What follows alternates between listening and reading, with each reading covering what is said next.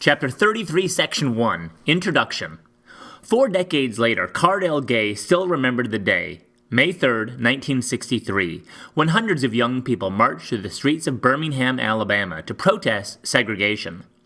The police were there with their dogs and their hoses, he recalled, and although they had instructed us to stop, we would not stop. We continued to move closer to them. What they did, they let it fly.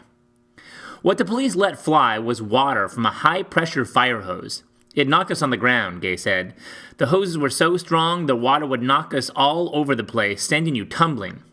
The force of the blast even rolled children down the street. It was the second day of marches by the young people in Birmingham that spring. Gay was 16 at the time. His high school teachers had influenced his decision to march. In class, they'd say, "Don't leave campus or you'll be expelled," Gay explained years later. But in private, they'd say, "Go on. I can't do it. I'd lose my job. But do it up. Keep it up." More than 1,000 young people, some as young as 5, marched on May 2nd, the first day of the protest. Hundreds were arrested for marching without a permit.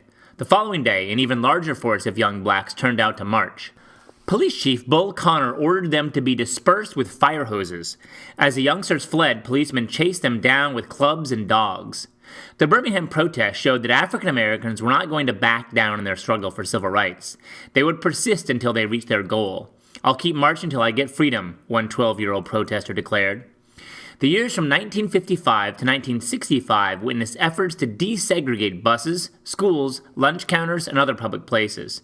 During these years, civil rights activists also worked to secure voting rights for African Americans.